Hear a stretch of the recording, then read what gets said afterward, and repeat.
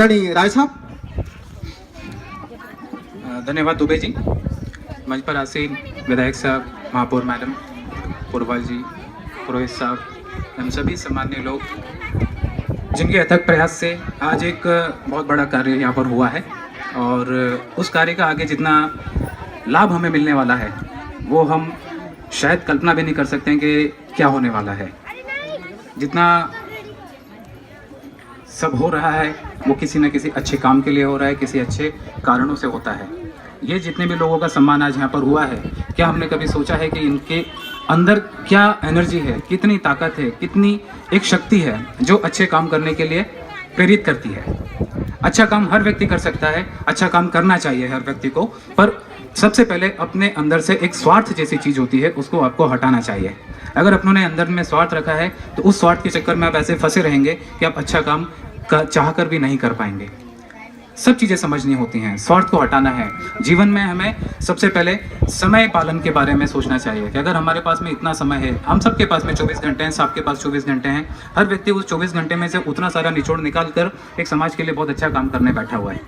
उस चीज़ को समझना होता है, कौन से जीवन में प्राथमिकताएं हैं और कौन से हम फालतू के कामों में अपने समय को बर्बाद कर रहे हैं। हमने एक लक्ष्य बनाया हुआ है, उस लक्ष्य को पाने के लिए हम लोग कितना अथक प्रयास कर रहे हैं। जीवन में चाह सबके पास में है, हर व्यक्ति अच्छा जीवन जीना चाहता है, अच्छी चीज़ें अपने जीवन में सम्मिलित करना चाहता है, हर सुख अपने मन में पाना चाहता है। पर क्या उस सुख के लिए वो उस प्रकार की मेहनत कर पाता है, या उस सुख के लिए उस प्रकार का डिवोशन दे पाता है, उस प्रकार की भक्ति कर पाता है, उस प्रकार का अपने आप को, अपने अहंकार को भूलकर क्या वो आगे बढ़ने के बारे में समय दे पा रहा है? उस बारे में सोचना चाहिए। हम जीवन में एक लक्ष्य तो बना लेते हैं कि मुझे ये बनना है, मुझे वो बनना है, मेरे साथ पास ये सब चीज़ें होना चाहिए, मेरे पास बड़ी बड़ी चीज़ें होना चाहिए, पर क्या कभी हमने सोचा है कि वो लक्ष्य हमसे क्या चाहता है?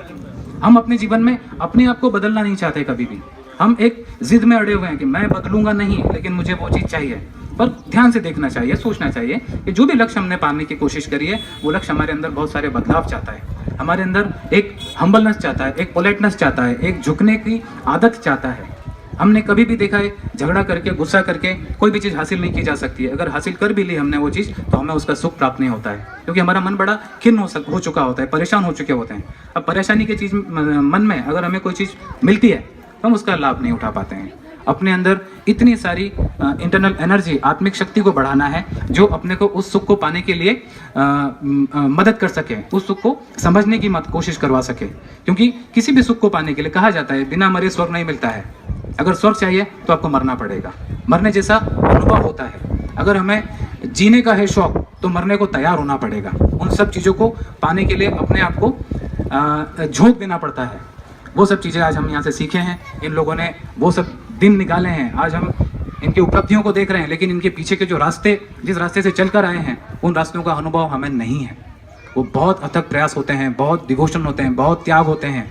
इनकी इस उपलब्धियों के लिए मैं चाहता हूँ जोरदार तालियों से स्वागत किया जाए वापस। उन सपनों को इन्होंने समझा है, जैसा कि विजन के बारे में बात की जा रही थी, उन विजन को समझा है।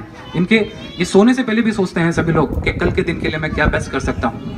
जैसा मेरा भी अपने साथ ये रहता है, मैं किसी से, मेरी कोई कंपटीशन नहीं होती है, मेरी कंपटीशन होती है सिर्फ मुझसे होती है कि मैंने आज 19 मार्च को जितना काम किया, मेरी कंपटीशन 19 मार्च से है कि आज 20 मार्च को मुझे क्या ज़्यादा करना है। मेरी कंपटीशन मेरी खुद से है, मेरे सपने मेरे खुद से हैं, मेरी जिद मेरे से खुद से है, क्योंकि चीज़ें मुझे ही पानी है। इस प्रकार अपने अंदर भी एक ऐसी चीज़ें पैदा करें और चीज़ों को पाने की कोशिश करें। कोई और लाकर आपको कुछ नहीं देने वाला है, मदद कर सकता है। आज सरकार हमारी इतनी मदद कर रही है, हमें उनकी उन चीज़ों में सहयोग देना है। इतनी अच्छी कॉलोनी डेवलप हो गई है, सब कुछ हो गया है, इसको संभालने का किसका जिम्मेदारी है? हमारी खुद की है। इनकी नालियों में अगर कचरा फंसेगा तो कौन करेगा, कौन ध्यान देगा? ये सहयोग परिसर पूरा हमारे घर है, एक घर हमारा नहीं है, पूरे घर हमारा एक घर है। उस चीज़ से हमें समझना पड़ेगा।